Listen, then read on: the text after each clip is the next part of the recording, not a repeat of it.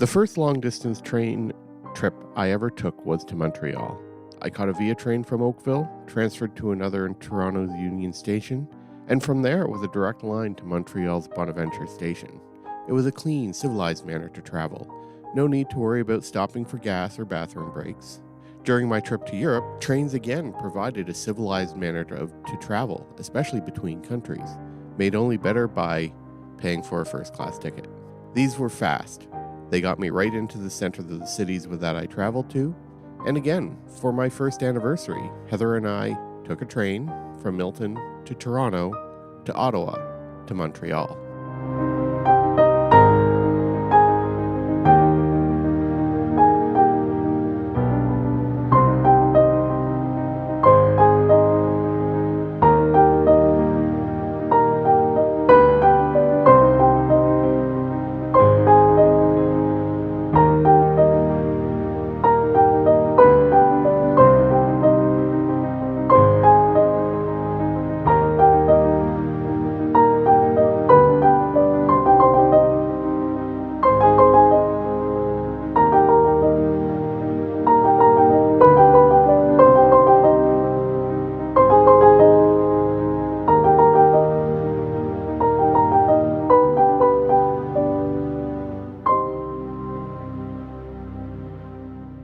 Oh hey, good morning. Alex Lokes here, and welcome back to the channel. We are here on a beautiful day. The sun is shining, the sky is blue, the light is just perfect to do some 4x5 work. And I could think of no better day to start off my railroad photography project, A Faded Glory, than today, my birthday. So we're going to be traveling around the Halton, Peel, and Wellington counties here in Ontario, capturing 6 historic railroad buildings. We started off in Milton. We're now here in Streetsville. From here, we're going to head up to Palmerston, then Guelph, back to Burlington, and home. So buckle your seatbelts. It's going to be a ride.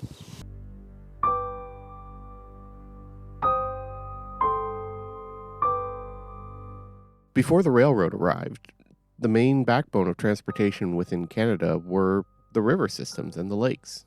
But these froze, and the roads, little better than mud tracks, got washed out.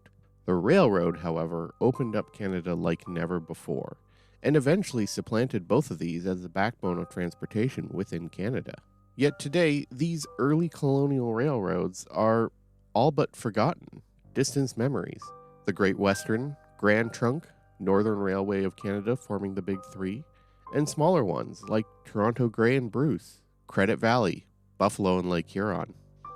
Today, these are all gone, swallowed up by either Canadian National or Canadian Pacific. And even passenger service is limited today to Via and Go, with the big two, CN and CP, hauling primarily freight. And of course, you have a couple of heritage operators, London and Port Stanley Terminal and Waterloo Central.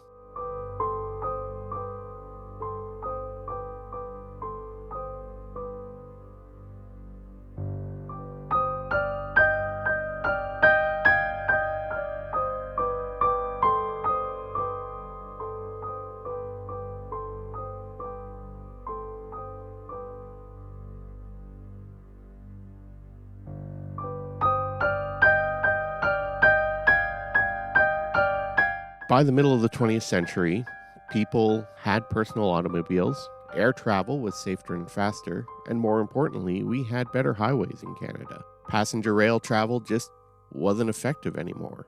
More people lived away from the city and suburbs. And by the 1970s, the idea of a passenger rail service just was no longer profitable to CN and CP. So in 1978, they dropped it. It got spun off into Via Rail, but it wasn't going to be the same ever again. So that's the focus of this project, not the overall history of the railroad, but rather the small pieces of it. The remaining stations, the locomotives, all showing that faded glory of what was.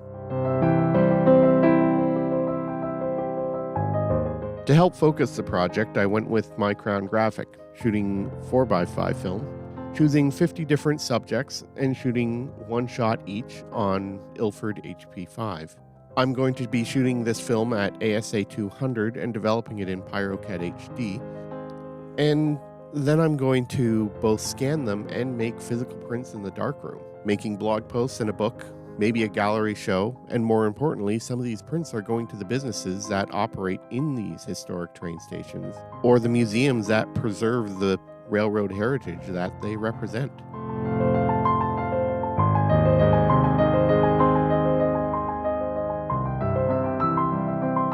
Well, that does it. 6 sheets of film, over 200 kilometers driven today, but an excellent start to my railroad project. So thank you so much for coming along on the journey, listening to me ramble a little bit about my love of history and telling that story through my photography and my writing. That's it for this video.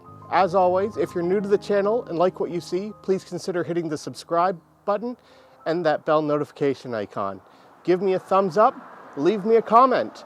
Have you ever traveled by train? What is your preferred mode of transportation? And what did you like or dislike about the railroad? As always, my name's Alex Laux. Stay safe, get out there, shoot some cool film photos.